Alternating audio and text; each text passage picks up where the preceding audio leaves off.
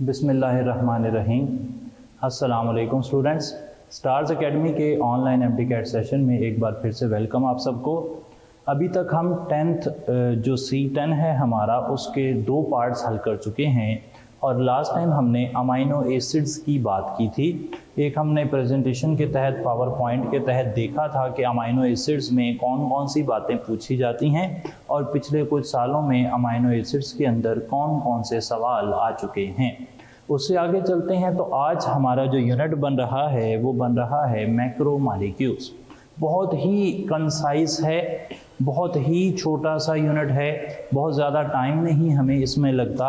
वजह ये है कि इसके जो सिलेबस आउटलाइन है वो बहुत ही छोटी लिखी हुई है। उसमें बड़ा चुन चुन के लिखा हुआ है कि आपको एडिशन पॉलीमराइजेशन के बारे में पता होना चाहिए, कंडेंसेशन पॉलीमराइजेशन के बारे में पता होना चाहिए, स्ट्रक्चर ऑफ प्रोटीन्स के बारे में पता होना चाहिए, डीएनए और आरएनए के बारे में पता होना चाहिए और जनरल पॉलीमर की इंफॉर्मेशन होनी चाहिए। तो बड़ा जनाब आप कहें कि ऑब्जेक्टिवली डिज़ाइंड इसका सिलेबस है।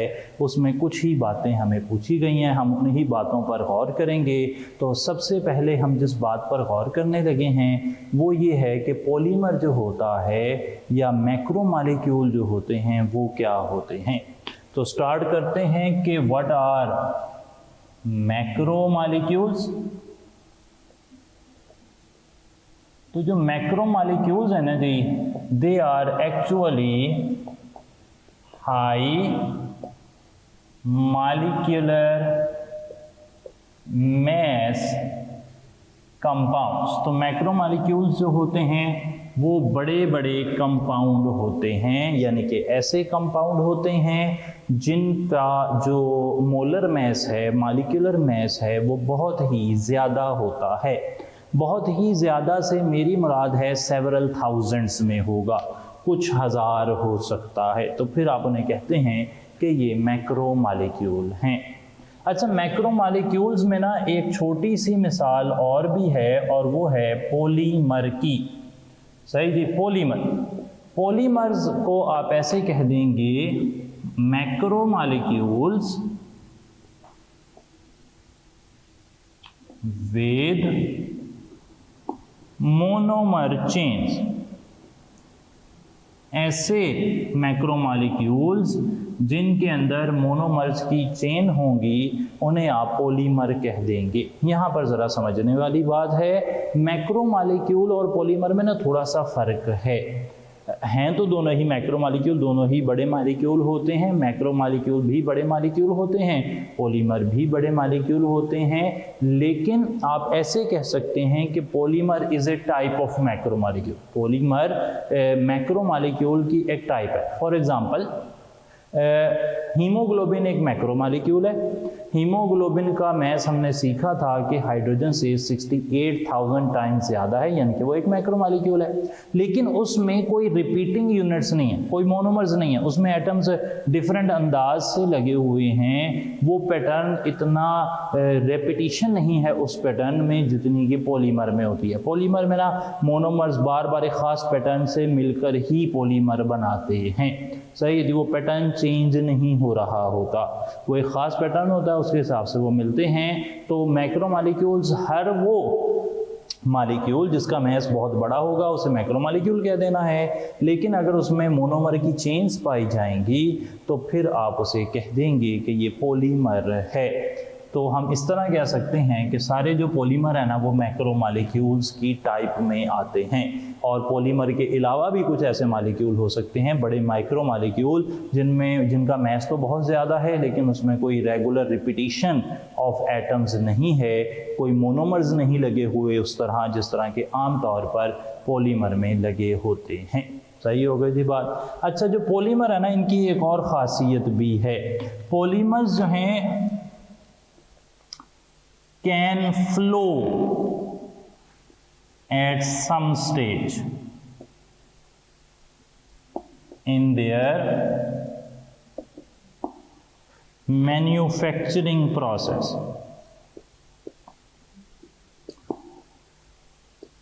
पॉलीमर्स जो हैं वो किसी ना किसी पॉइंट पर अपने बनने के दौरान वो लिक्विड फॉर्म में लाजमी आते हैं। इस बात को असल में ना मैंने निकाला है, डिराइव किया है हमारी जो एक्सरसाइजेज है ना 15-16 चैप्टर की, उनमें कहीं एक MCQ है जिसमें वो प्लास्टिक की डेफिनेशन करते हुए कहता है कि प्लास्टिक जब बनता है तो वो लिक्विड फॉर्म में होता है, बाद में वो सॉलिडिफाई हो जाता है। तो तमाम पॉलीमर्स के लिए ये सही है, जो पॉलीमर हम बनाते हैं वो सब के सब अपनी मैन्युफैक्चरिंग में कभी ना कभी वो लिक्विड फॉर्म में लाजमी होते हैं, यानी कि मोनोमर यूनिट छोटे छोटे होते हैं, फिर जब वो अटैच होते जाते हैं तो फिर वो एक बड़ा मॉलिक्यूल बना देते हैं, एक पॉलीमर बना देते हैं जो कि सॉलिड हो जाता है। अच्छा, अब जो पॉलीमर्स है ना, हम क्योंकि उनकी ही ज़्यादा बात करेंगे तो पॉलीमर्स की कुछ टाइप्स की बात कर लेते हैं। पॉलीमर्स ना कई दफ़ा हो सकते हैं softened on cooling, hardened on heating, तो इन्हें कहते हैं थर्मोप्लास्टिक।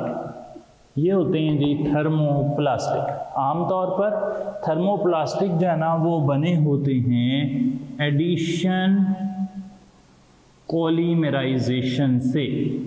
कोई बहुत ही एक्सेप्शन हो तो पता नहीं, लेकिन आमतौर पर हमारी जो सिलेबस आउटलाइन है उसमें आमतौर पर जितने भी एडिशन पॉलीमर हैं वो सब के सब थर्मोप्लास्टिक ही हैं।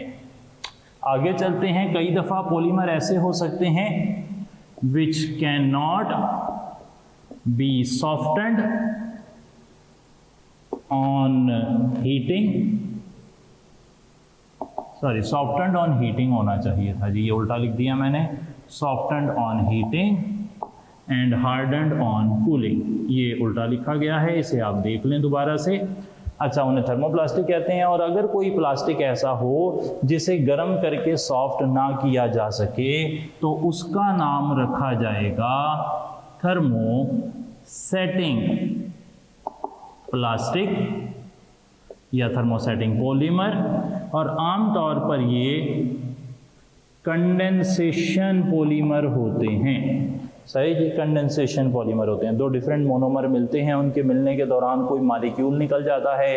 अब जब तक वो मॉलिक्यूल वापस नहीं डालेंगे तब तक वो जो है वो वापस अपनी असली हालत में नहीं आएंगे। तो आमतौर पर थर्मोसेटिंग पॉलीमर जो होते हैं वो कंडेंसेशन पॉलीमराइजेशन से बनते हैं।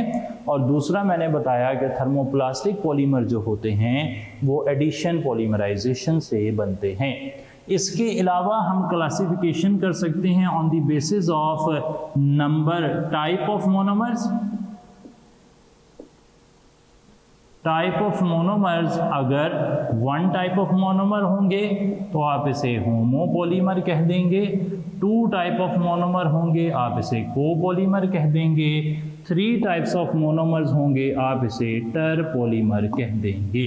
सही है जी, होमोपॉलीमर, कोपॉलीमर, टरपॉलीमर, तीन तरह के पॉलीमर हम इस बुनियाद पर जानते हैं। अब हमने आगे जो काम रखा है वो ये है कि हम देखें एडिशन पॉलीमराइजेशन क्या होती है। तो पॉलीमराइजेशन जो है ना उसके हिसाब से अगर बात की जाए मैक्रोमॉलिक्यूल्स की, तो मैक्रोमॉलिक्यूल्स दो तरह की पॉलीमराइजेशन से बनते हैं। एक हो गए एडिशन पॉलीमराइजेशन से बनने वाले, एक हो गए कंडेंसेशन पॉलीमराइजेशन से बनने वाले। एक बात यहाँ पर रोक कर ज़रा मैं इधर बता दूँ, यहाँ पर एक इम्पॉर्टेंट इंफॉर्मेशन मिस हो रही है तो उसे हमें देख लेना चाहिए।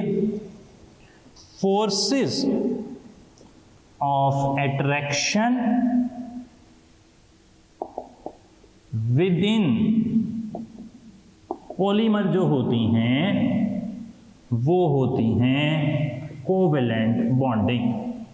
सही, याद रख लेना है। जो पॉलीमर के अंदर बॉन्डिंग है ना वो कौन सी है, वो कोवेलेंट बॉन्डिंग है।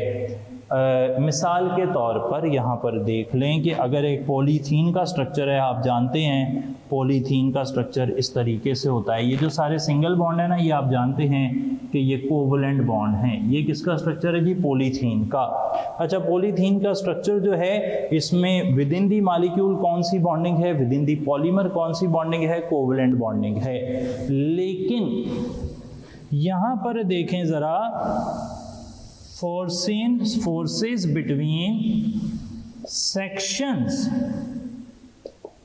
of the सेम पॉलीमर, एक पॉलीमर के सेक्शन के दरमियान में कौन सी फोर्सेस हैं, वो होंगी जी इंटर मॉलिक्यूलर फोर्सेस। ये बड़ी अहम इंफॉर्मेशन है जी, ये बड़ी अहम इंफॉर्मेशन है। क्यों अहम इंफॉर्मेशन है, इस पर ज़रा बात कर लेते हैं, 2-3 मिसालें देख लेते हैं। आपने देखा था फॉर एग्जांपल प्रोटीन में क्या लगे होते हैं जी, अमाइनो एसिड लगे होते हैं। ये देखें, ये अमाइनो एसिड की चेन है। फॉर एग्जांपल अमाइनो एसिड्स के दरमियान में कौन सी बॉन्डिंग है, ये एक पॉलीमर है। प्रोटीन एक पॉलीमर होता है, सही जी, ये प्रोटीन का पॉलीमर है और ये किससे मिलकर बना हुआ है, ये अमाइनो एसिड से मिलकर बना हुआ है। अच्छा, अमाइनो एसिड से मिलकर ये चेन बनी हुई है, इसमें कौन से बॉन्ड है, कोवलेंट बॉन्ड है। लेकिन अगर ये चेन बाद में ट्विस्ट हो जाए और फोल्ड हो जाए अपॉन इटसेल्फ, जैसा कि हमने हाइड्रोजन बॉन्डिंग वाले चैप्टर में पढ़ा था, तो ये इस फोल्डिंग की वजह से कौन सी बॉन्डिंग बनेगी, यहाँ पर अब हाइड्रोजन बॉन्डिंग बन जाएगी। सही है, इस हिस्से को मैं मैग्नीफाई कर रहा हूँ, यहाँ पर नाइट्रोजन हाइड्रोजन हाइड्रोजन बॉन्डिंग हो जाएगी। तो अब जरा दोबारा से देखें, मैंने स्टेटमेंट क्या दी है कि एक जो पॉलीमर चेन होती है उसके अंदर कौन सी फोर्सेज हैं, उसमें कोवलेंट बॉन्डिंग है, और जो different parts of the same polymer chain है उनके दरमियान कौन सी फोर्सेज होती हैं, इंटरमॉलिक्यूलर फोर्सेज होती हैं, जैसे कि यहाँ पे हाइड्रोजन बॉन्डिंग हो गई। ये एक मिसाल नहीं है, एक और मिसाल देखते हैं। आपने पढ़ा हुआ है कहीं पर, कहाँ पढ़ा है, आपने पढ़ा है कि एक होती हैं ऑयल्स और एक होते हैं फैट्स। आपने कहा था कि ऑयल जो होते हैं वो लिक्विड होते हैं एट रूम टेम्परेचर, और फैट्स आपने कहा था सॉलिड होते हैं एट रूम टेम्परेचर। और इसकी वजह क्या बताई गई थी आपको वजह ये बताई गई थी कि ऑयल्स में डबल बॉन्ड होता है, इस वजह से ऐसे होता है, और फैट्स में सिंगल बॉन्ड होता है, इस वजह से ऐसे होता है। अगर आप और मैं ईमानदारी से जो हमने C2 का सिलेबस पढ़ा था, यानी कि forces of attraction between molecules, उसे याद करें तो उसमें जितने भी फैक्टर्स थर्मोडायनेमिक प्रॉपर्टीज यानी कि मेल्टिंग पॉइंट और बॉइलिंग पॉइंट पर असर डालते थे, उनके नाम थे इंटरमॉलिक्यूलर फोर्सेस। या फिर अगर कोवलेंट सॉलिड हैं तो उनमें कोवलेंट बॉन्ड की स्ट्रेंथ, आयोनिक सॉलिड हैं तो आयोनिक बॉन्ड की स्ट्रेंथ, सही है जी बात, और अगर मेटेलिक सॉलिड हैं तो मेटेलिक बॉन्ड की स्ट्रेंथ। तो 4 चीज़ें थर्मोडायनेमिक पैरामीटर्स यानी कि मेल्टिंग पॉइंट और बॉइलिंग पॉइंट पर असर डालती हैं। कौन कौन सी हैं, अगर आयोनिक सॉलिड्स हैं तो आयोनिक बॉन्ड की स्ट्रेंथ से पता लगेगा मेल्टिंग बॉइलिंग पॉइंट कैसे होगा। कोवलेंट सॉलिड हैं तो कोवलेंट बॉन्ड की स्ट्रेंथ से पता लगेगा मेल्टिंग बॉइलिंग पॉइंट कैसा होगा। और अगर मॉलिक्यूलर सॉलिड हैं तो इनमें इंटरमॉलिक्यूलर फोर्सेस देखनी पड़ेंगी।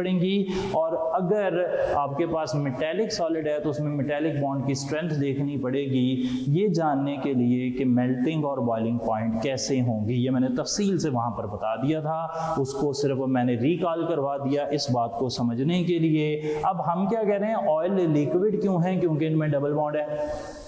फैट सॉलिड क्यों है, क्योंकि उनमें सिंगल बॉन्ड है। अगर कोवलेंट सॉलिड्स की प्रॉपर्टीज की बात करें तो कोवलेंट सॉलिड्स की प्रॉपर्टीज में तो कोवलेंट बॉन्ड की मजबूती से पता लगता है कि मेल्टिंग बॉइलिंग पॉइंट ज़्यादा होंगे कि कम। और सिंगल और डबल बॉन्ड में हम क्या जानते हैं, हम जानते हैं कि जनाब सिंगल बॉन्ड वीक होता है, डबल बॉन्ड स्ट्रांग होता है। तो अगर कोवलेंट बॉन्ड की स्ट्रेंथ देखी जाए तो फिर तो ऑयल्स को सॉलिड होना चाहिए और फैट्स को लिक्विड होना चाहिए, लेकिन यहाँ पर उल्टा है। सही जी, ये बात पता लग गई। मैंने क्या अभी तक जो बताया वो मैंने सिनेरियो बताया कि असल में जो ऑयल्स और फैट्स हैं उनके लिक्विड और सॉलिड होने के पीछे कोवलेंट बॉन्डिंग का किरदार नहीं है। सही है जी, कोवलेंट बॉन्डिंग का किरदार होता तो जिसमें डबल बॉन्ड है उसे सॉलिड होना चाहिए, क्योंकि कोवलेंट बॉन्डिंग की मजबूती से अगर मेल्टिंग पॉइंट बढ़ते हैं तो फिर डबल बॉन्ड वाले का मेल्टिंग पॉइंट ज्यादा होना चाहिए सिंगल बॉन्ड वाले से। तो असल में बताने का मकसद कि ऑयल्स और फैट्स में, इनकी पॉलीमर चेन्स में, इनके स्ट्रक्चर्स में जो कोवलेंट बॉन्डिंग है उसकी वजह से वो लिक्विड सॉलिड नहीं होते, बल्कि इस पॉलीमर चेन के मुख्तलिफ सेक्शंस के दरमियान जो फोर्सेस हैं, इंटरमॉलिक्यूलर फोर्सेस हैं, उसकी वजह से मसला पड़ता है। होता ये है कि जो ऑयल्स और फैट्स होते हैं ना, उनमें एक स्ट्रक्चर तो सेम होता है, ये वाला स्ट्रक्चर ये देखें ज़रा, CH2 CH2 और इसके बाद होता है OCO और R लगा होता है, OCO R लगा होता है, OCO R लगा होता है। सही जनाब। अब अगर ये R जो है इसमें सारे सिंगल बॉन्ड होंगे तो सिंगल बॉन्ड होने की वजह से ये R ज़्यादा अच्छी इंटरमॉलिक्यूलर फोर्सेस बनाएगा। सही है, ज़्यादा अच्छी इंटरमॉलिक्यूलर फोर्सेस बनाएगा, ज़्यादा बॉन्डिंग बनाएगा, ज़्यादा पॉइंट ऑफ अटैचमेंट होंगे इसके पास इफ ओनली सिंगल बॉन्ड इसमें होंगे। लेकिन अगर इसमें डबल बॉन्ड हुए तो डबल बॉन्ड की वजह से ये इंटरमॉलिक्यूलर फोर्सेस कम बनाएगा, वीकर बनाएगा if double bond is present. क्यों? क्योंकि फिर वो ना अपने ऊपर फोल्ड हो गया, अपने साथ ही फोर्सेस बना लेता है, तो अपने साथ फोर्सेस बना लेता है तो फिर मामला चलता नहीं है। तो डबल बॉन्ड की वजह से ये आर अंदर ही बॉन्ड बना लेगा इस तरीके से, तो फिर ये वाला स्ट्रक्चर जो है ना, ये आपस में बॉन्डिंग कर लेगा तो दूसरे मालिक्यूल के साथ बॉन्डिंग नहीं करेगा, और जब तक दूसरे मालिक्यूल के साथ बॉन्डिंग नहीं होगी इंटरमॉलिक्यूलर फोर्सेस नहीं बनेंगी, इसमें पॉइंट ऑफ अटैचमेंट कम होंगे और फिर ये सॉलिडिफाई नहीं हो पाएगा, बल्कि ये लिक्विड हालत में ही रह जाएगा। सही है जी बात। तो ऑयल्स में भी different parts, different sections of the same polymer में इंटरमॉलिक्यूलर फोर्सेस हैं, जैसे कि प्रोटीन्स में सेकेंडरी स्ट्रक्चर या टर्शरी स्ट्रक्चर वगैरह या क्वाटरनरी स्ट्रक्चर भी आपने देखा है, उसके लिए इंटरमॉलिक्यूलर फोर्सेस जो हैं वो अहम किरदार अदा करती हैं। तो हमने सीखा क्या, एक अहम लाइन थी ये बताने के लिए कि एक पॉलीमर चेन जो होती है, अगर वही पॉलीमर चेन के अंदर आपने बॉन्डिंग देखनी हो तो वो कौन सी है, कोवलेंट बॉन्डिंग है। लेकिन अगर वो पॉलीमर चेन उसके डिफरेंट सेक्शंस आपस में बॉन्डिंग कर रहे होंगे तो फिर वो बॉन्डिंग करेंगे कौन सी वाली, वो करेंगे इंटरमॉलिक्यूलर फोर्सेस। वो हाइड्रोजन बॉन्डिंग हो सकती है जैसे कि प्रोटीन में होती है या डीएनए में होती है, या फिर वो बॉन्डिंग करेंगे लंडन फोर्सेस जैसे कि ऑयल्स और फैट्स में होती है। ये एक मिसकंसेप्शन थी तो हमने कहा है हम इसे दूर कर लें। अब हमने वापस आना है अपने टॉपिक पर, एडिशन पॉलीमराइजेशन क्या होती है उसकी मिसालें देखेंगे, फिर कंडेंसेशन पॉलीमराइजेशन क्या होती है उसकी मिसालें देखेंगे, और फिर कुछ इंशाल्लाह सवाल करेंगे। एडिशन पॉलीमराइजेशन की तरफ चल रहे हैं जी। एडिशन पॉलीमराइजेशन में याद रख लें कि ये एक फ्री रेडिकल रिएक्शन है। सही है जी, फ्री रेडिकल चेन रिएक्शन कह रहे हैं, यानी कि एक तरफ से ये शुरू होता है और फिर चलता जाता है। पॉलीस्टाइरीन वाली मिसाल हमारी किताब में मौजूद है, उसे आप देख सकते हैं।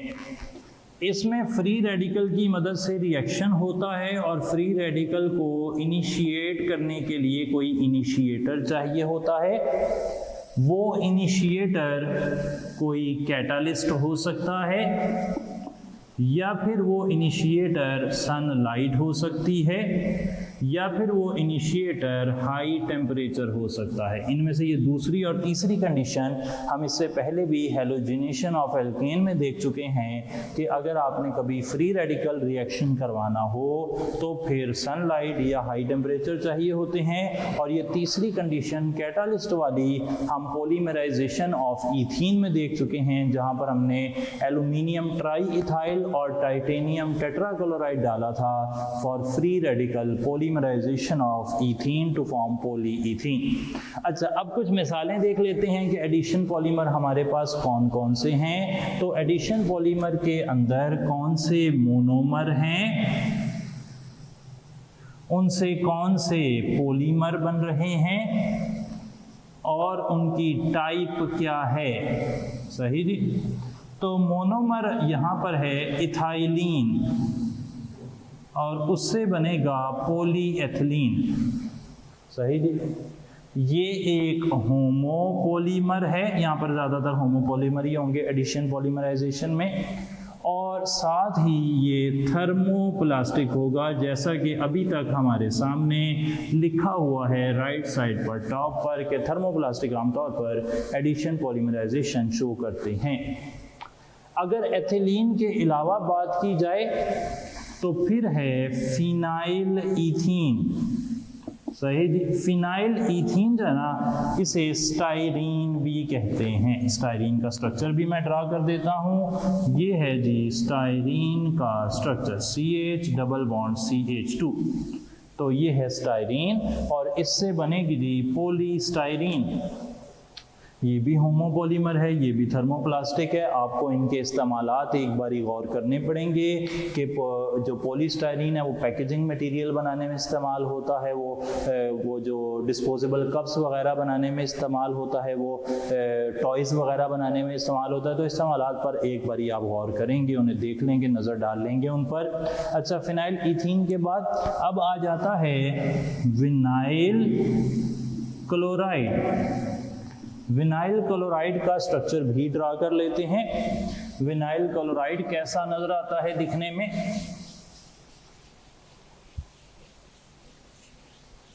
जी, तो विनाइल क्लोराइड की बात कर लेते हैं। ये होता है विनाइल और ये होता है क्लोराइड। इससे बनता है जी PVC पॉलीविनाइल क्लोराइड। यहाँ पर अब सेम ही रहनी है, टाइप वगैरह में कोई चेंजिंग नहीं आनी। विनाइल क्लोराइड के बाद आ जाता है विनाइल एसीटेट। विनाइल एसीटेट से बनेगा पॉलीविनाइल एसीटेट। अच्छा, पहले पॉलीविनाइल क्लोराइड के बारे में भी लिखा हुआ है कि इससे ग्रामोफोन रिकॉर्ड्स बन सकते हैं, टाइल्स बन सकती हैं, फ्लोरिंग्स बन सकती हैं, और ये ना 52 डिग्री सेंटीग्रेड और 9 एटमॉस्फेयर पर ये रिएक्शन करवाया जाता है। ये सब के सब रिएक्शन फ्री रेडिकल रिएक्शन हैं। इन सब के लिए कोई इनिशिएटर चाहिए, चाहे वो कैटालिस्ट हो, चाहे हाई टेम्परेचर हो, चाहे सनलाइट हो, और इन सब से होमोपॉलीमर बनता है और सब के सब थर्मोप्लास्टिक होते हैं। विनाइल एसीटेट ड्रा कर लेता हूँ। ये आ गया विनाइल और साथ आ गया एसीटेट COOCH3। सही जी, वो एसीटेट, ये एसीटेट है और साथ ये विनाइल आ गया, विनाइल एसीटेट हो गया। विनाइल एसीटेट के बाद अगर हम बात करें तो फिर आ जाता है ब्यूटाडाईन। सही, ब्यूटाडाईन आ जाएगा। ब्यूटाडाईन आपने कहाँ पढ़ा हुआ है? 1,3 ब्यूटाडाईन बन जाएगा इससे। ये आ जाएगा पॉलीब्यूटाडाईन। ये होमोपॉलीमर है, थर्मोप्लास्टिक है। अच्छा, ब्यूटाडाईन देख लें, H2C double bond CH single bond CH double bond CH2 1,3 butadiene बन रहा है। ये ना नेचुरल रबड़ बनाता है। सही जी, और यहाँ पर अगर आप मिथाइल लगा देंगे इधर तो फिर जो है ये नेचुरल रबड़ बनाने के लिए इस्तेमाल हो जाता है। इसी तरीके से ब्यूटाडाईन भी इस्तेमाल हो सकता है। हमने जो पढ़ा हुआ है वो यहाँ पर क्लोरीन लगाकर पढ़ा हुआ है, ये वाला। सही जी, ये एल्काइन में से हमने देखा हुआ है और यहाँ पर उसकी मिसाल इसलिए दी जा रही है कि ज़्यादा से ज़्यादा मिसालें हम कंसिडर कर लें, एक पैटर्न हमें पता हो। एंड पर मैं पैटर्न की तरफ भी आता हूँ कि वो पैटर्न क्या है जिसकी बात यहाँ पर की जा रही है। अच्छा, तो ये वाली चीज़ क्या कहलाती है? क्लोरोप्रीन, और क्लोरोप्रीन से बनती है नियोप्रीन, और नियोप्रीन भी एक होमोपॉलीमर है और थर्मोप्लास्टिक हो गया। सही है जनाब, आगे चल पड़ते हैं। अब हमने बात करनी है एक्रिलिक रेजिन्स की। एक्रिलिक रेजिन्स जो होते हैं इनके अंदर जो मोनोमर हैं वो काफ़ी तरह के होते हैं। अच्छा, वो कौन कौन से मोनोमर हैं? वो हो सकते हैं मिथाइल एक्रिलेट,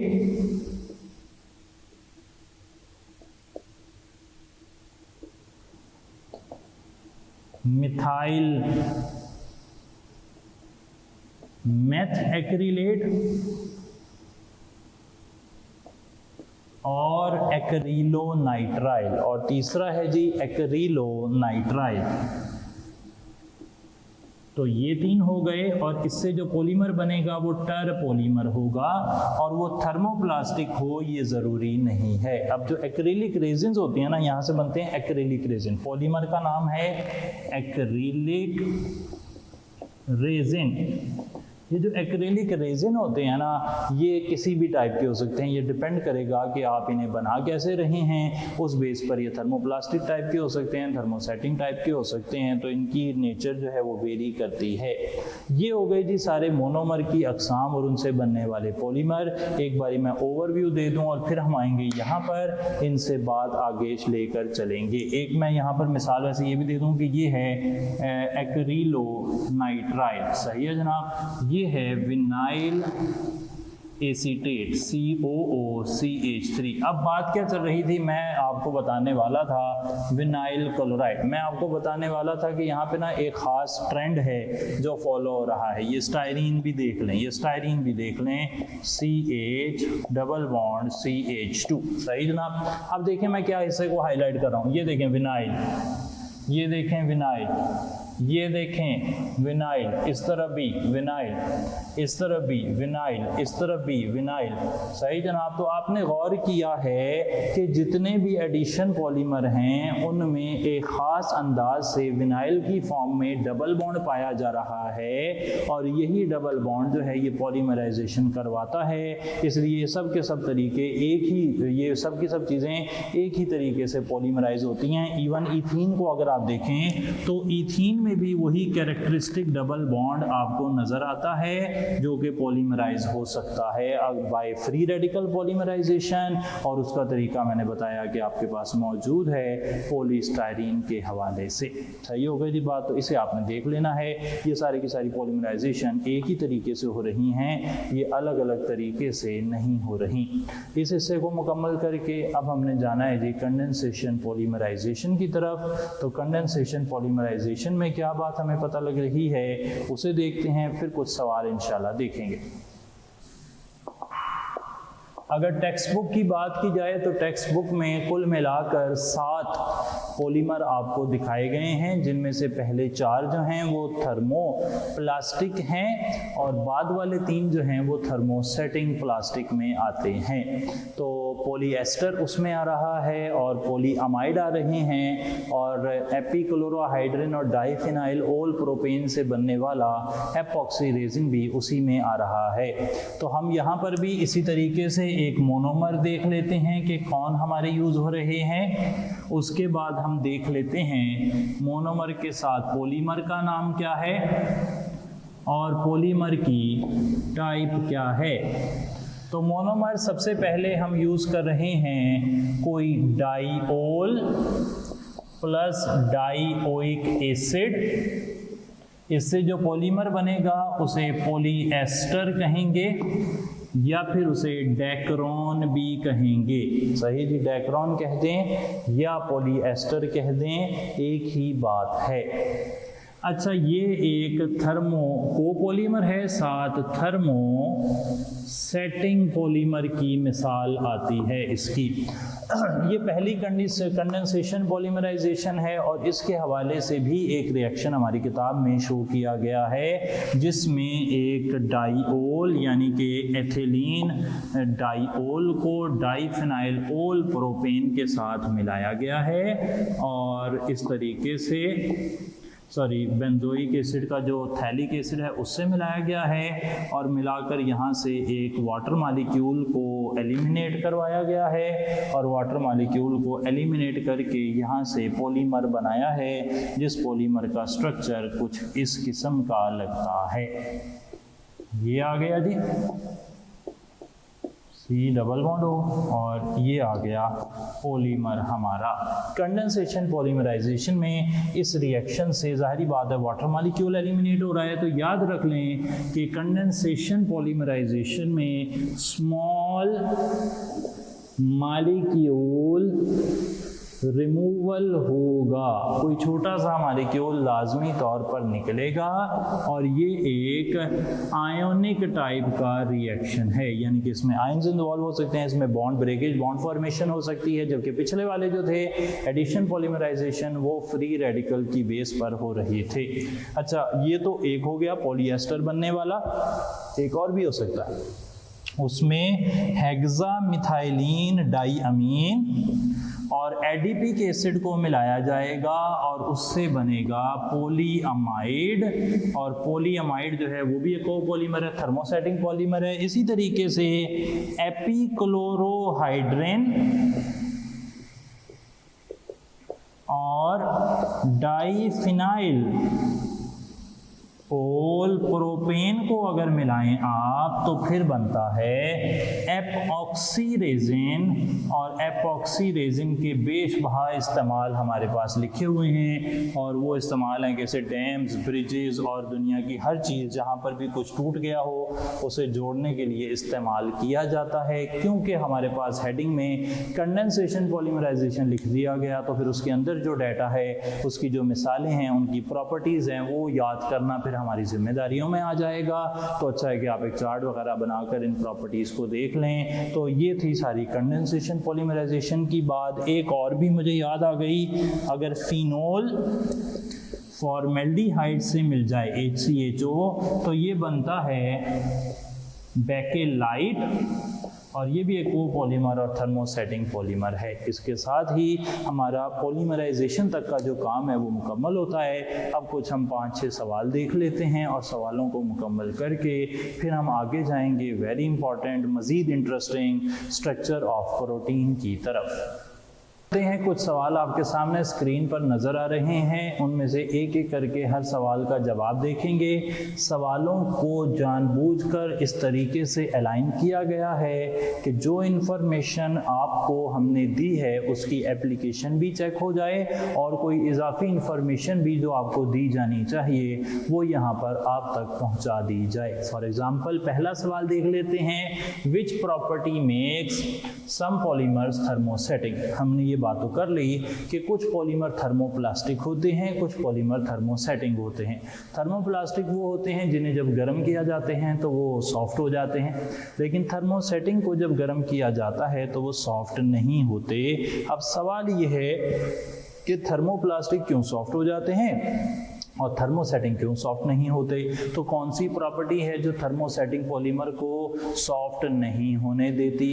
एक पहला ऑप्शन है हाई मॉलिक्यूलर मास। हाई मॉलिक्यूलर मास ना ये कोई शर्त नहीं है, हाई मॉलिक्यूलर मास थर्मोप्लास्टिक का भी हो सकता है, थर्मोसेटिंग प्लास्टिक का भी हो सकता है, वो आपकी मर्जी है कि आप कितना बड़ा पॉलीमर बनाना चाह रहे हैं। तो हाई मॉलिक्यूलर मास का थर्मोप्लास्टिक या थर्मोसेटिंग प्लास्टिक होने से कोई ताल्लुक नहीं है।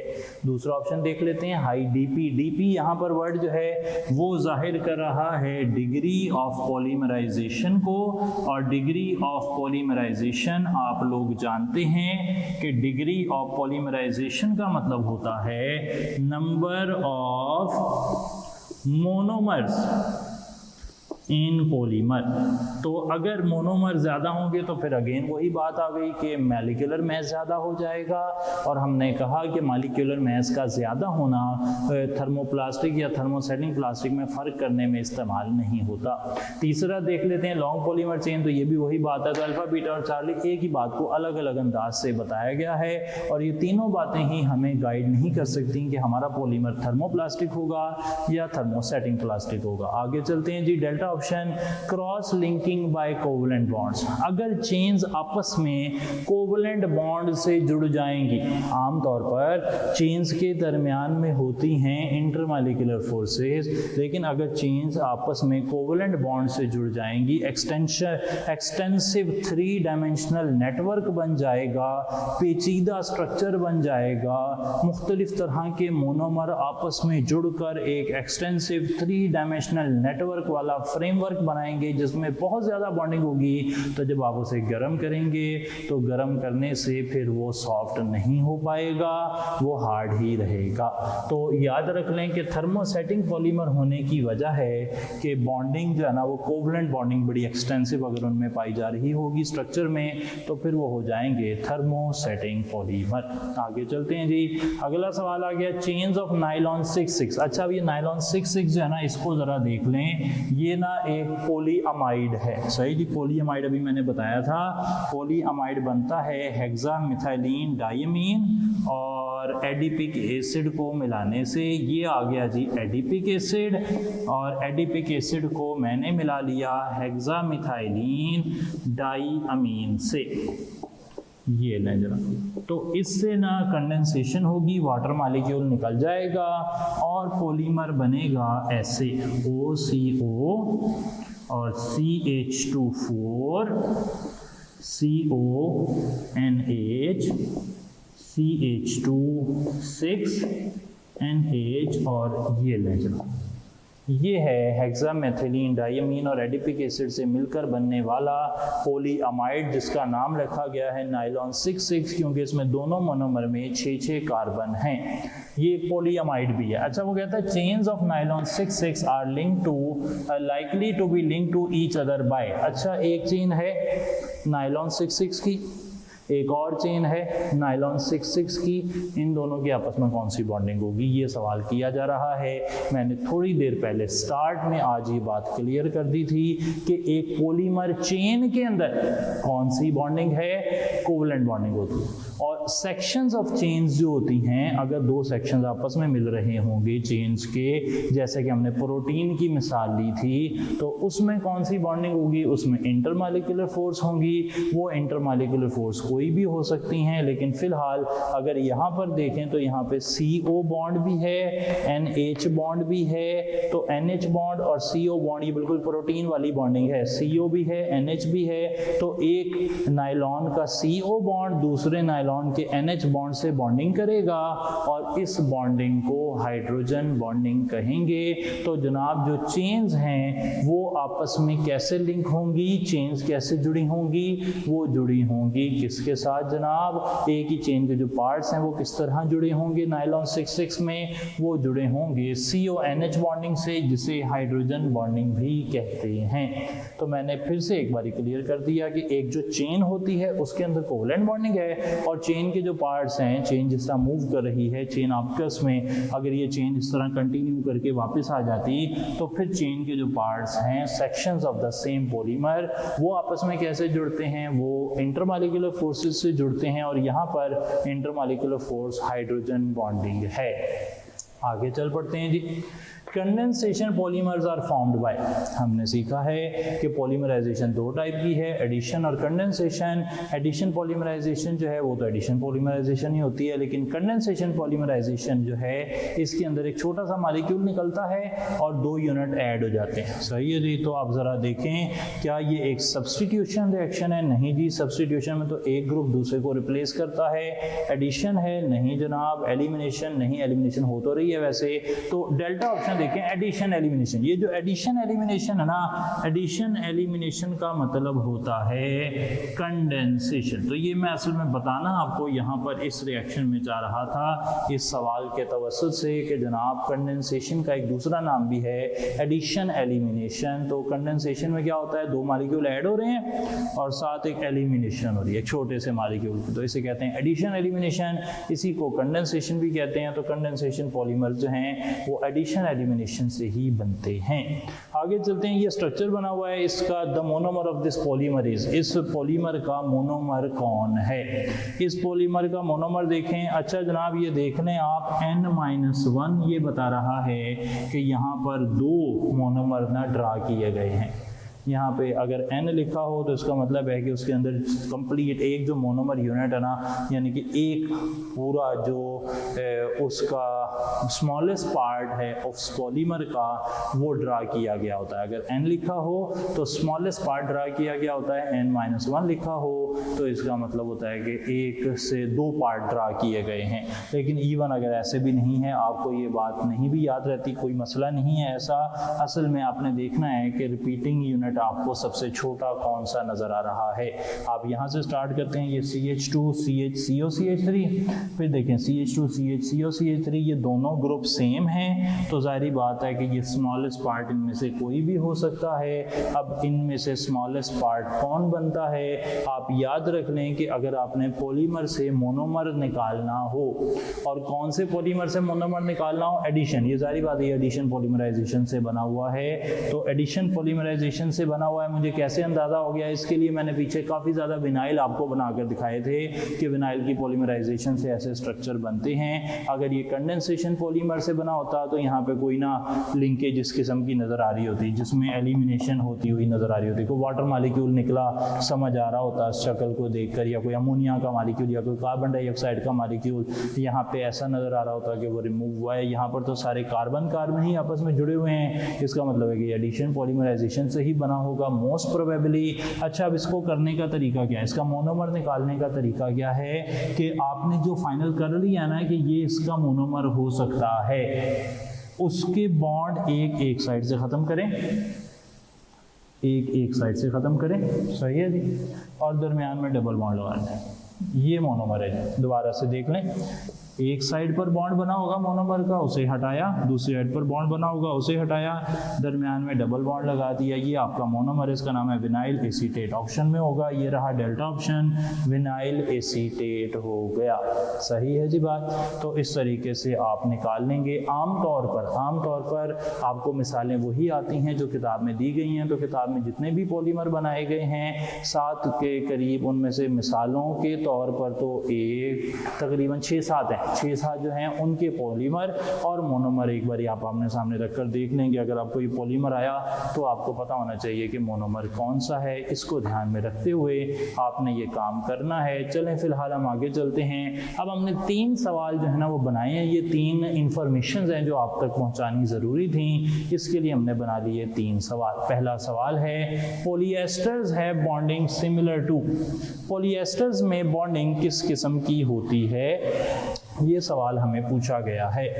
पॉलीएस्टर के अंदर एस्टर लिंकेज, जारी बात है, पॉलीएस्टर तो इनमें एस्टर लिंकेज होता है। एस्टर लिंकेज क्या होता है वो देख लें, RCOOR',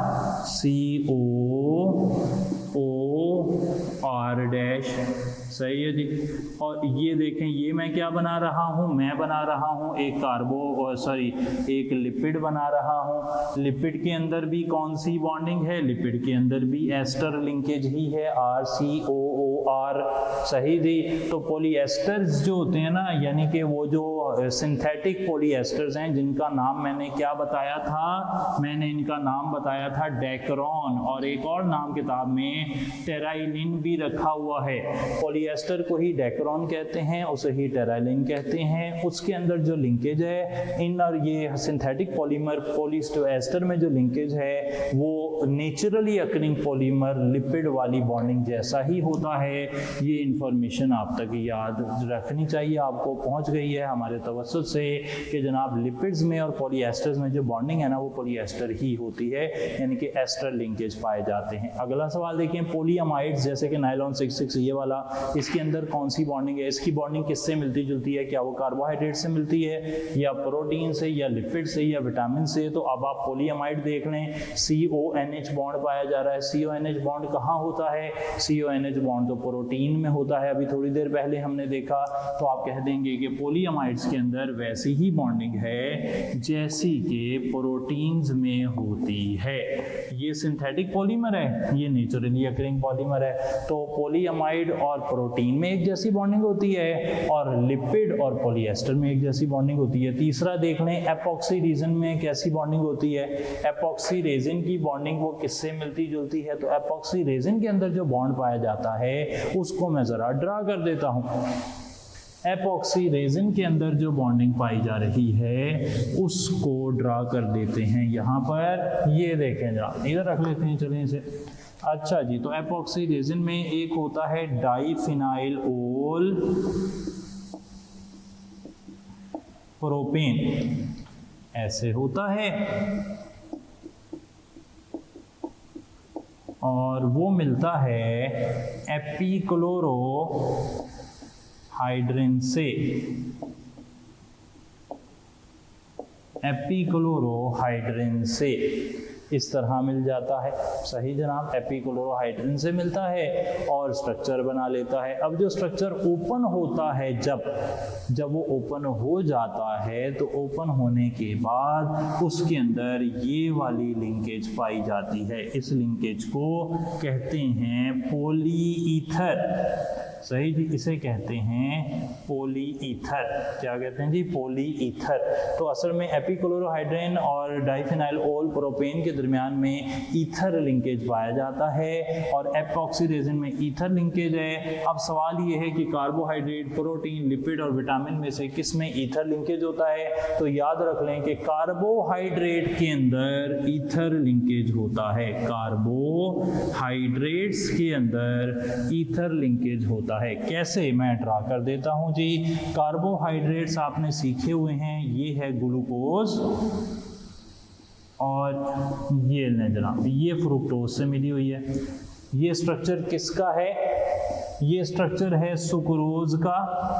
ये कार्बन आ गया, ये कार्बन आ गया, कार्बन ऑक्सीजन कार्बन, भाई ये तो ईथर लिंकेज की अलामत है। तो कार्बोहाइड्रेट्स में भी ईथर लिंकेज है और एपॉक्सी रेजिन में भी ईथर लिंकेज है। इस सारी शक्ल को बनाने का मकसद ये है कि भाई there is similarity in bonding. Inner जो सिंथेटिक पॉलीमर है उसमें और नेचुरली अकरिंग पॉलीमर है। पॉलीएस्टर और लिपिड की बॉन्डिंग एक जैसी है, प्रोटीन और पॉलीअमाइड की बॉन्डिंग एक जैसी है, कार्बोहाइड्रेट और एपॉक्सी रेजिन्स की जो पॉलीमर्स के अंदर बॉन्डिंग है वो एक जैसी है। चलें अब आगे चलते हैं और स्ट्रक्चर ऑफ प्रोटीन्स पर बात करते हैं, साथ डीएनए का स्ट्रक्चर देखते हैं जी। तो आगे चलते हुए बात चल रही है प्रोटीन के स्ट्रक्चर की। यहाँ पर अब आपकी अंडरस्टैंडिंग बहुत ज़्यादा एलेबोरेटेड है, पहले से ही आप बहुत ज़्यादा बातें जानते हैं प्रोटीन के बारे में। आपने प्रोटीन के बारे में बायोलॉजी में सेकंड चैप्टर पढ़ा है, काफ़ी डिटेल्ड चैप्टर था, वहाँ प्राइमरी, सेकेंडरी, टर्शियरी स्ट्रक्चर की बात हुई थी।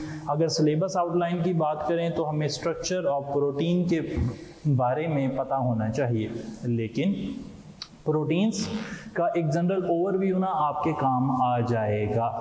आप जानते हैं कि प्रोटीन्स अमाइनो एसिड से मिलकर बनते हैं, अमाइनो एसिड से खास पैटर्न में जुड़ते हैं, अमाइनो एसिड्स की सीक्वेंस चेंज नहीं हो सकती और अमाइनो एसिड से प्रोटीन्स बनाते हैं। तो अगर सिर्फ सीक्वेंस ऑफ अमाइनो एसिड्स को देखा जाए, सिर्फ अमाइनो एसिड्स हों चेन में, तो उसे आप कहते हैं सिंपल प्रोटीन। अगर अमाइनो एसिड के साथ कोई नॉन प्रोटीन पार्ट आ जाए, जैसे कि कोई पॉलीसैकेराइड आ जाए, वो बन सकता है, ग्लाइकोप्रोटीन बन सकता है, लिपिड आ जाए तो लाइकोप्रोटीन बन सकता है, तो इन्हें आप कहते हैं कंपाउंड प्रोटीन्स। और सिंपल और कंपाउंड प्रोटीन्स की हाइड्रोलिसिस से या मुख्तलिफ किस्म की रिएक्शन से जो बनते हैं वो होते हैं डिराइव्ड प्रोटीन्स। सही है जी बात। अब प्रोटीन्स जो हैं वो कई दफ़ा बड़े सेंसिटिव होते हैं टेम्परेचर के खिलाफ, पीएच के खिलाफ, कोई भी oxidizing agent, reducing agent, acid या बेस या लाइट। सही है जी। ये सब चीज़ों में से कुछ भी अगर प्रोटीन्स को दिया जाए एक ख़ास हद से ज़्यादा तो वो हो जाती हैं ख़राब, उनका स्ट्रक्चर डिस्ट्रॉय हो जाता है और स्ट्रक्चर डिस्ट्रॉय होने को कहते हैं डीनेचरिंग ऑफ प्रोटीन। प्रोटीन्स की डीनेचरिंग हो जाती है। प्रोटीन्स डीनेचर हो जाती हैं तो फिर वो अपना फंक्शन परफॉर्म नहीं कर पाती। प्रोटीन्स मुख्तलिफ किस्म की काफ़ी अहम भी हैं, जैसे कि न्यूक्लियो प्रोटीन्स हैं, प्रोटीन्स एंजाइम्स हो सकते हैं, प्रोटीन्स हार्मोन्स हो सकती हैं, प्रोटीन्स रेगुलेटरी हो सकती हैं, प्रोटीन्स फंक्शनल हो सकती हैं। प्रोटीन्स जो हैं उनमें एल्ब्यूमिन भी आती है और प्रोटीन्स में कोलाजन भी आती है, प्रोटीन्स में ग्लोबुलिन्स भी आती हैं और प्रोटीन्स जो हैं उनके अंदर कैसिन आती है जो कि मुख्तलिफ किस्म के प्रोडक्ट बनाने में इस्तेमाल हो जाती है, टैनिन भी आती है जो कि टैनिंग ऑफ हाइड्स में इस्तेमाल होती है, चमड़ा बनाने में इस्तेमाल होती है। तो इस तरह ना प्रोटीन्स की मुख्तलिफ यूजेस वगैरह भी हमारी किताब में लिखे गए हैं। मैं ये तो नहीं कहता, ऐसा मेरा नहीं मानना कि आप उसे बिल्कुल मनोमन याद कर लें, लेकिन एक ओवरव्यू देना अच्छा रहेगा क्योंकि हमारा जो एमडी कैट का सिलेबस है उसमें ये बात लिखी हुई है कि जो सिलेबस आउटलाइन है वो गाइडलाइन की हद तक तो अच्छी है लेकिन उससे मिलती जुलती बातें पूछी जा सकती हैं। तो जब प्रोटीन का स्ट्रक्चर बताया है तो वाई नॉट एक हम थोड़ा सा 5-10 मिनट लगाकर अगर प्रोटीन्स वाला टॉपिक वैसे ही 2-2.5 पेजेस का टॉपिक है उसे देख लें तो इंशाल्लाह बुरा नहीं है। अगर आप बिल्कुल स्टिक टू दी बेसिक रहेंगे, ये भी करेंगे तो ओके है, फाइन है। लेकिन फिर भी अगर आप बहुत अच्छा काम करना चाह रहे हो तो एक बार देखना बुरा नहीं रहेगा। रहेगा। सही जी। हम देखते हैं स्ट्रक्चर ऑफ प्रोटीन्स। अच्छा, स्ट्रक्चर ऑफ प्रोटीन्स में ना पहले ये बात याद रख लें कि एक ही पॉलीपेप्टाइड चेन जो होती है ना, यानी कि अमाइनो एसिड्स की एक जंजीर जो है उसे पॉलीपेप्टाइड कहते हैं, तो वो पॉलीपेप्टाइड ही प्राइमरी, सेकेंडरी और टर्शरी स्ट्रक्चर तीनों शो करती है। और जब वो दूसरी पॉलीपेप्टाइड से मिलती है ना तो फिर क्वाटरनरी स्ट्रक्चर बनता है, यानी कि 2 पॉलीपेप्टाइड मिल जाएंगी या 3 मिल जाएंगी या 4 मिल जाएंगी तो फिर क्वाटरनरी स्ट्रक्चर बनेगा। लेकिन एक पॉलीपेप्टाइड जो है वो हद मैक्सिमम टर्शरी स्ट्रक्चर तक शो करती है। आगे चल पड़ते हैं जनाब। सबसे पहले प्राइमरी स्ट्रक्चर क्या होता है? इसमें सीक्वेंस ऑफ अमाइनो एसिड्स देखी जाती है, अमाइनो एसिड्स की तरतीब, और अमाइनो एसिड्स में सिर्फ कोवलेंट बॉन्ड है। जैसा कि मैंने पहले ही बताया हुआ है कि एक जो पॉलीपेप्टाइड चेन है वो या कोई भी पॉलीमर है उसके अंदर आपस में जो मोनोमर्स हैं उनके दरमियान में कौन सी बॉन्डिंग होती है? कोवलेंट बॉन्डिंग होती है, और ये लीनियर या स्ट्रेट होते हैं। अगर ये आपस में ट्विस्टिंग या फोल्डिंग कर लें तो ये सेकेंडरी स्ट्रक्चर बना देंगे और उसकी वजह बनेगी hydrogen bonds. Covalent bond primary structure में थे, सेकेंडरी स्ट्रक्चर में उसके साथ हाइड्रोजन बॉन्ड्स भी आ जाएंगे जो चेन्स को ट्विस्ट करने में या कॉइल करने में मदद करेंगे। ये ट्विस्टिंग या कॉइलिंग अल्फा हेलिक्स की शक्ल में हो सकती है या बीटा शीट की शक्ल में हो सकती है। केमिस्ट्री में हमें इससे ज़्यादा कुछ नहीं चाहिए, बायो में अगर मजीद डिस्क्रिप्शन है तो वो आप कर सकते हैं। अच्छा, जो हर टर्न है ना हेलिक्स की, उसमें 3.6 अमाइनो एसिड्स लगे होते हैं। अगर दोनों अमाइनो एसिड्स की चेन जो है, दोनों जो पेप्टाइड की जो चेन है, पेप्टाइड की चेन पैरेलल या एंटी पैरेलल हो सकती है, ये कोई इतनी ज़्यादा इंपॉर्टेंट नहीं है, बल्कि मैं ना स्पेशली इसे मिटा देता हूँ कि हमने इसे नहीं करना क्योंकि हमारी किताब में इसकी कोई डिस्क्रिप्शन नहीं दी गई, इसे छोड़ देते हैं। आगे आते हैं, यहाँ पर हमने सेकेंडरी स्ट्रक्चर में जो इंपॉर्टेंट बात पढ़ी कि अल्फा हेलिक्स और बीटा शीट सेकेंडरी स्ट्रक्चर की मिसालें हैं। जो सेकेंडरी स्ट्रक्चर है उसमें हाइड्रोजन बॉन्ड्स डिसाइसिव फैक्टर हैं जो कि रिंग को, जो अमाइनो एसिड्स को ट्विस्ट कर रहे हैं, फोल्ड कर रहे हैं अपॉन इटसेल्फ। ये एक इंपॉर्टेंट बात है सेकेंडरी स्ट्रक्चर में। टर्शरी स्ट्रक्चर की बात करें तो टर्शरी स्ट्रक्चर में 3 dimensional structure, 3 dimensional twisting and folding हो जाती है, ग्लोब लाइक स्ट्रक्चर बन जाता है, 3 डायमेंशनल स्ट्रक्चर बन जाता है। और 3 डायमेंशनल स्ट्रक्चर में तमाम नॉन कोवलेंट इंटरेक्शंस पार्टिसिपेट करते हैं। सेकेंडरी बॉन्डिंग में सिर्फ सेकेंडरी स्ट्रक्चर में सिर्फ हाइड्रोजन बॉन्ड्स बन रहे थे। हाइड्रोजन बॉन्ड्स के अलावा प्रोटीन का पास अगर कोई नॉन पोलर चेन लंबी हो जाए तो वो लंडन फोर्सेस भी बना सकती है, अगर उसमें सल्फर है तो वो डाइसल्फाइड बॉन्ड्स भी बना सकता है। तो ये सब कुछ होता है टर्शरी स्ट्रक्चर में। एक पॉलीपेप्टाइड जैसा कि मैंने कहा टर्शरी स्ट्रक्चर तक ही बना सकती है, उससे ऊपर नहीं बना सकती। लेकिन अगर multiple peptide chains linked in 3D by van der Waals forces, अगर मल्टीपल पेप्टाइड चेन्स आपस में वैन डर वाल फोर्सेस के जरिए से 3D स्ट्रक्चर में लग जाएं तो इसे क्वाटरनरी स्ट्रक्चर कहा जाता है। इसे कहते हैं जी क्वाटरनरी स्ट्रक्चर। सही हो गई जी बात। तो ये हो गया क्वाटरनरी स्ट्रक्चर। अब आगे की तरफ चलते हैं और देखते हैं कि डीएनए क्या होता है। डीएनए और आरएनए दोनों को देख लेना चाहिए। डीएनए डीऑक्सी राइबोन्यूक्लिक एसिड होता है, आरएनए राइबोन्यूक्लिक एसिड होता है। डीएनए जो है उसके अंदर 2 स्ट्रैंड होते हैं, आरएनए के अंदर 1 स्ट्रैंड होता है। डीएनए के 2 स्ट्रैंड्स में हाइड्रोजन बॉन्डिंग होती है। डीएनए और आरएनए दोनों के 3 पार्ट होते हैं, नाइट्रोजनस बेस, शुगर और फास्फेट ग्रुप। अगर डीएनए है तो उसमें डीऑक्सीराइबोज शुगर पाई जाएगी, आरएनए है तो उसमें राइबोज शुगर पाई जाएगी। नाइट्रोजनस बेस कितनी टाइप की होती हैं? 2 टाइप की, प्यूरिन और पिरिमिडीन। सही है जी। प्यूरिन के अंदर 2 रिंग होते हैं, पिरिमिडीन के अंदर 1 रिंग होता है। और प्यूरिन्स और पिरिमिडीन्स दोनों नाइट्रोजनस बेस हैं। अगर ये तीनों चीज़ें मिल जाएं, यानी कि बेस, शुगर और फॉस्फेट ग्रुप, तो इसे न्यूक्लियोटाइड कहते हैं। अगर सिर्फ बेस और शुगर मिले तो इसे न्यूक्लियोसाइड कह देते हैं। जो प्यूरिन्स और पिरिमिडीन्स हैं ये हो सकती हैं एडेनिन, गुआनिन, थायामीन और साइटोसिन। आरएनए में यूरासिल भी आ जाता है, बड़ी बेसिक्स बातें हैं ये। तो एडेनिन और थायामीन के दरमियान में हाइड्रोजन बॉन्डिंग होती है, ये मैंने पहले ही बता दिया कि स्ट्रैंड्स जो है ना वो आपस में हाइड्रोजन बॉन्डिंग से जुड़े हुए हैं। एडेनिन और थायामीन 2 हाइड्रोजन बॉन्ड बनाते हैं, गुआनिन और साइटोसिन 3 हाइड्रोजन बॉन्ड बना सकते हैं।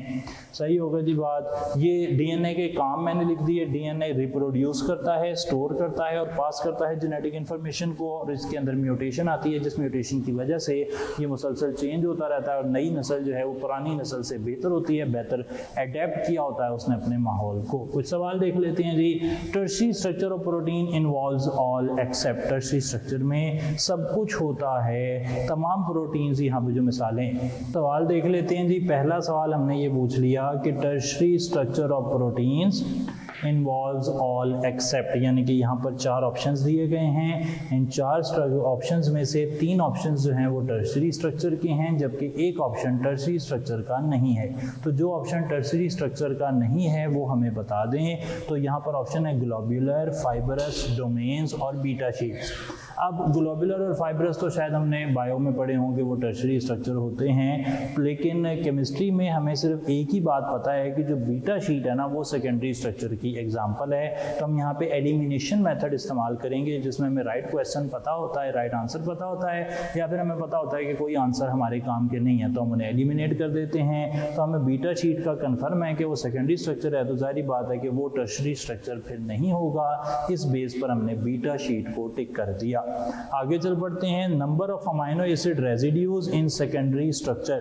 सेकेंडरी स्ट्रक्चर में अमाइनो एसिड रेजिड्यूज कितने होते हैं वो मैंने लिख ही दिया है। वैसे 3.6 अमाइनो एसिड पर टर्न पाए जाते हैं, तो आपने 3.6 को टिक कर देना है। पीछे हमने बीटा शीट को टिक कर दिया। आगे चल पड़ते हैं। Which one is not found in proteins. इनमें से कौन प्रोटीन में नहीं पाया जाता। प्रोटीन तो अमाइनो एसिड से मिलकर बने हैं। अब अमाइनो एसिड्स के कुछ के नाम मुझे आते हैं। मैथियोनिन सल्फर कंटेनिंग मुझे याद आ रहा है। आर्जिनिन, आर्जिनिन बेसिक था, याद आता है हमें। सिस्टीन, सिस्टीन भी हमने पढ़ा हुआ है। तो अब अल्फा, बीटा और चार्ली हमने पढ़ा हुआ है कि वो अमाइनो एसिड हैं, तो वो प्रोटीन में पाए जाएंगे।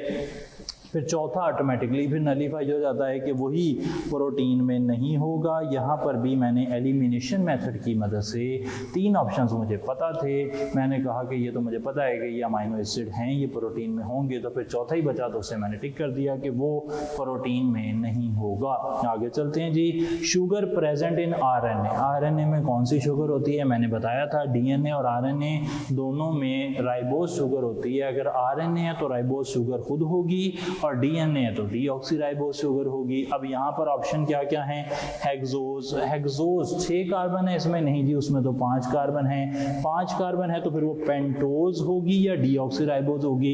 भाई आरएनए के अंदर राइबोज शुगर होती है, और राइबोज शुगर का ऑप्शन नहीं दिया हुआ, तो फिर राइबोज में 5 कार्बन है, इसलिए वो एक पेंटोज शुगर बनती है। वो एक पेंटोज शुगर बनती है, तो आपने यहाँ पे पेंटोज शुगर टिक कर दिया कि आरएनए में पेंटोज शुगर है। सही जनाब, और उसका नाम क्या है? राइबोज है। ये सवाल आपने कर लिए। इसके अलावा आप बहुत सारे सवाल और कर सकते हैं। हमारे पास मुख्तलिफ बुक्स हैं, और जिस भी बुक से कर लें आप, स्टार्स की बुक से कर लें, तो वहाँ भी मुनासिब ही काम है। हमेशा ही हम कहते हैं कि वो एक मुनासिब काम हुआ है वहाँ पर। तो बाकी ज़्यादा काम करने की आदत डालनी है, ज़्यादा सवाल हल करने हैं। सीधा स्ट्रेट फॉरवर्ड सा टॉपिक है, और आपकी इस पर ग्रिप काफ़ी बेहतर होनी चाहिए, क्योंकि आप इसे काफ़ी ज़्यादा पढ़ चुके हैं। चलें फिलहाल आज के लिए इतना ही जी। नेक्स्ट टाइम मज़ीद एक टॉपिक के साथ मुलाकात होगी। थैंक यू सो मच जी। अस्सलाम वालेकुम।